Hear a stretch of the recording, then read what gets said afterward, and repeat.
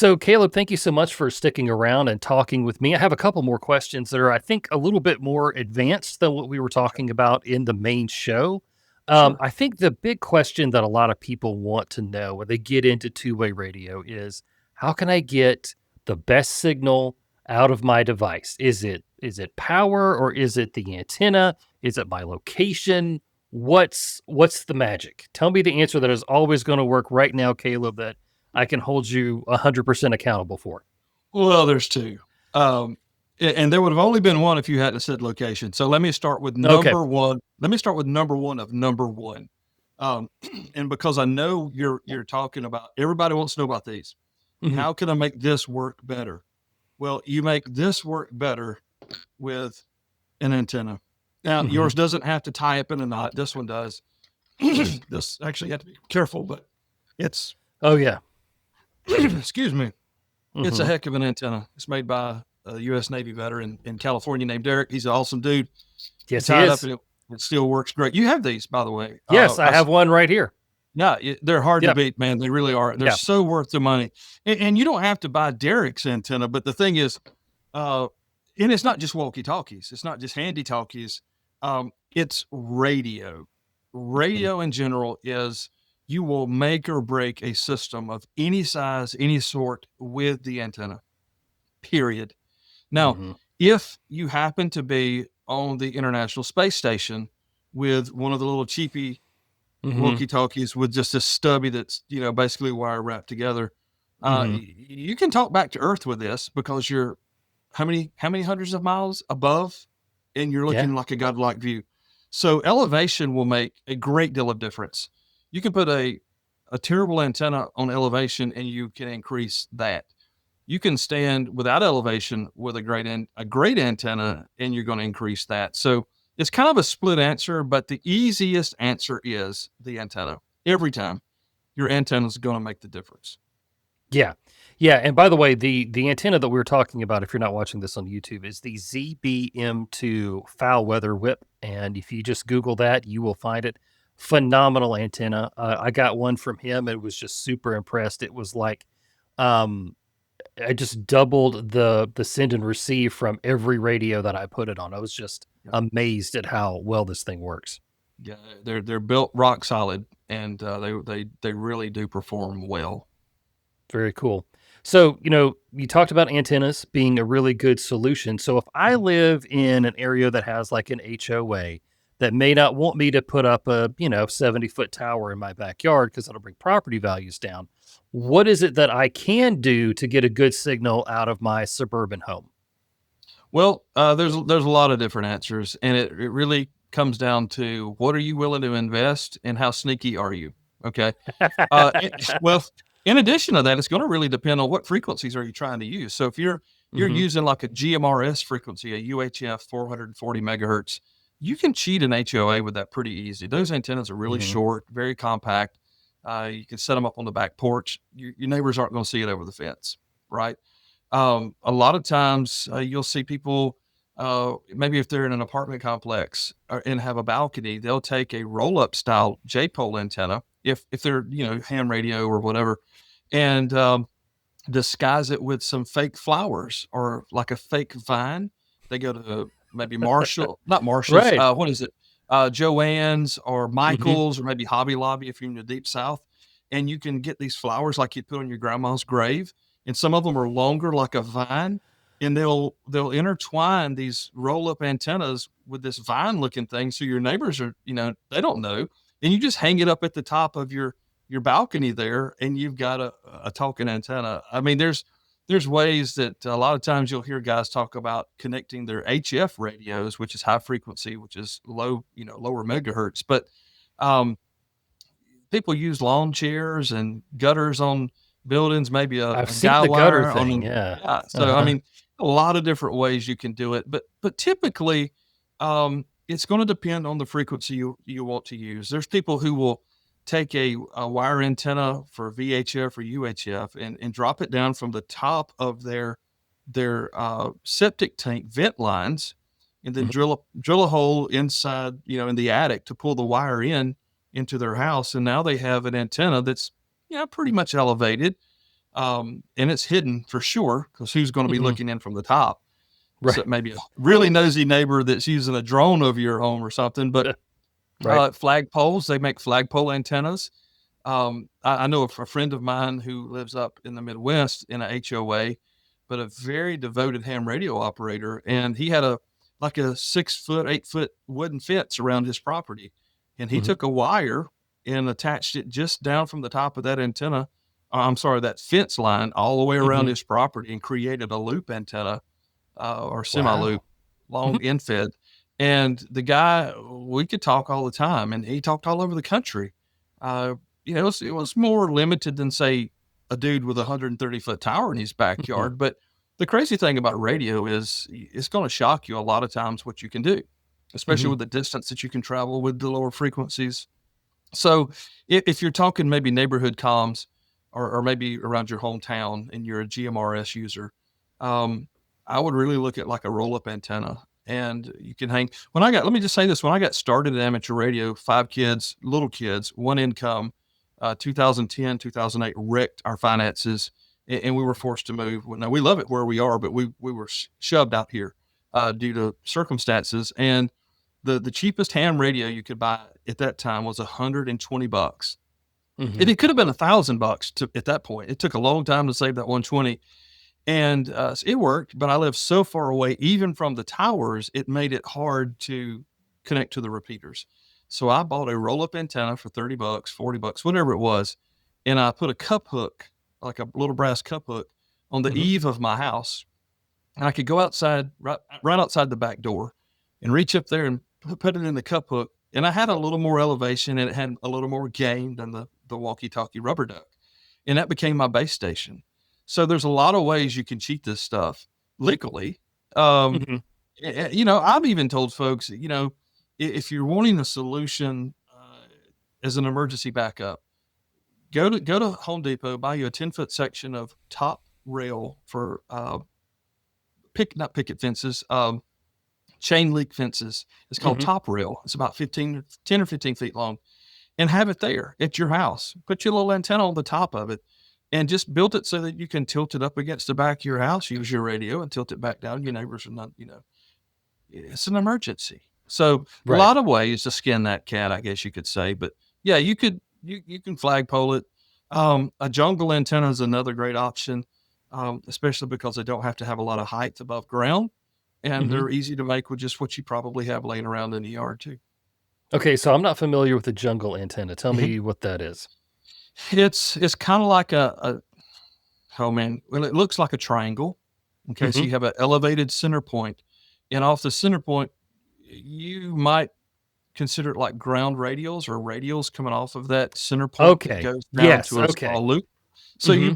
you, I mean, you could make it look like yard art. I mean, You again, could. you could put it in the backyard for sure and pull it up in a tree when you needed it and let it back down.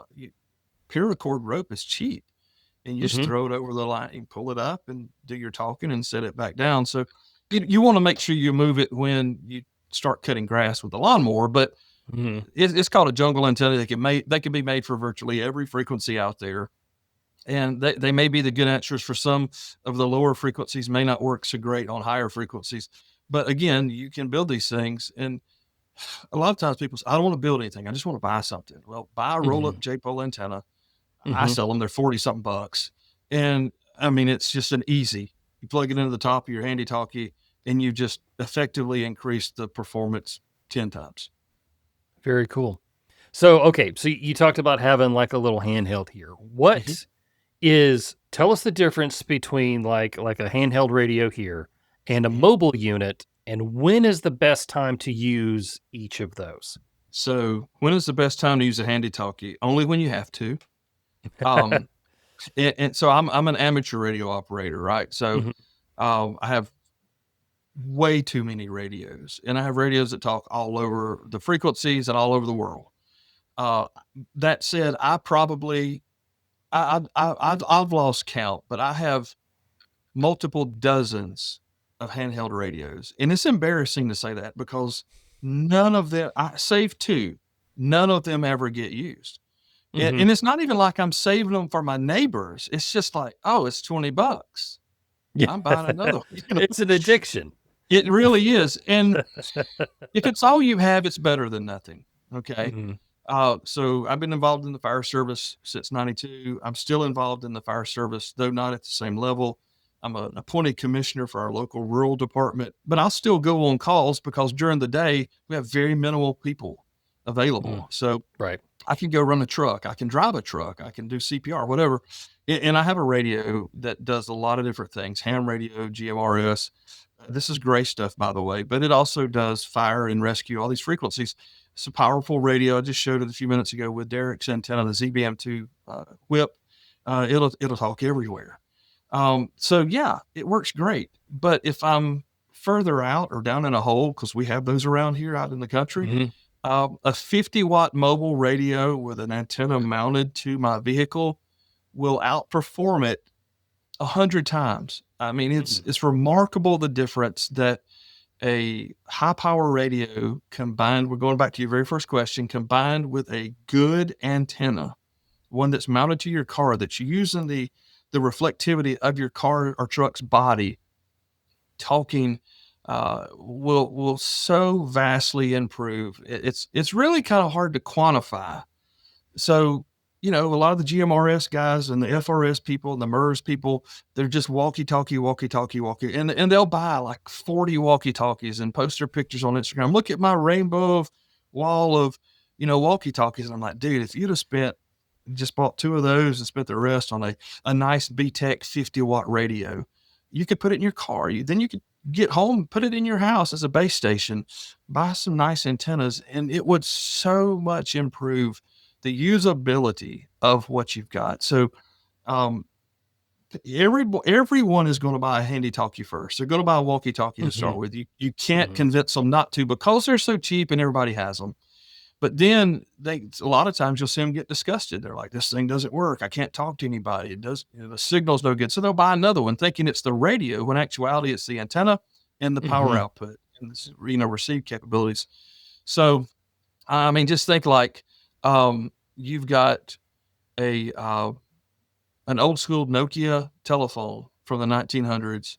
It's a brick house. You're not going to tear it up. It's going to last forever. They still work today. Mhm. It's got a goofy ringtone that everybody used to play, and you can play the snake game on it. Yep. That's kind of a walkie-talkie. And then you think about the latest and greatest iPhone or the new Google 10 XL, Pixel XL, and you think about how it compares to the old Nokia. It just so much further outperforms the Nokia that could kind of send a text, kind of play a game, and then talk. Whereas your Pixel 10 XL is ridiculous. It's got more computing power than a space shuttle in your Yeah. palm. And Yeah. the performance, that's a good performance, maybe not, but it's not apples and oranges. But oh man, I wish I could see people understand that these little walkies are great to get you started, but they're not going to do the job you expect them to do. They just can't because they can't undo physics.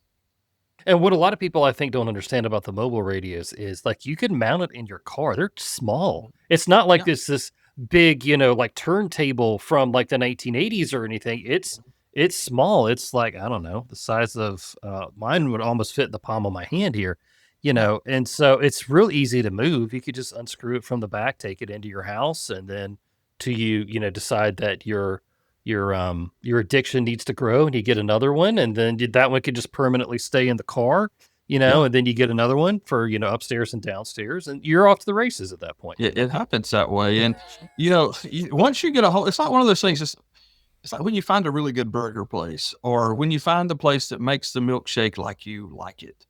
Mhm. That's what a mobile radio is going to do for your experience. It's going to be that burger. It's going to be Five Guys or whomever you love. You know what I'm saying? Mhm. It's going to be that milkshake that cannot be beat. It's going to be the Chick-fil-A sandwich. And it's going to be the sweet tea from Chick-fil-A. And it's going to change your experience. I mean, it literally will change your life in regards to two-way communications. And guys are like, yeah, but I could buy 4 walkie-talkies, but you still can't talk out of your neighborhood and Mhm. you're disgusted and mad and you think that the service is no good and you paid for your GMRS license, but you can't talk to the repeater with your walkie. Okay, put a radio in your car. Buy a $24 antenna. The radio's 60 Mhm. bucks. You've got Mhm. $100 in this thing. you can drive to work and talk all the way to work and all the way home, or you can travel and talk all over the place. And it's the same with ham radio and CB radio and all of it. It's the antenna, it's the output. But yeah, the base or the mobile, because really what you're using as a base station is a mobile radio powered inside the house. It will change the entire experience from top to bottom.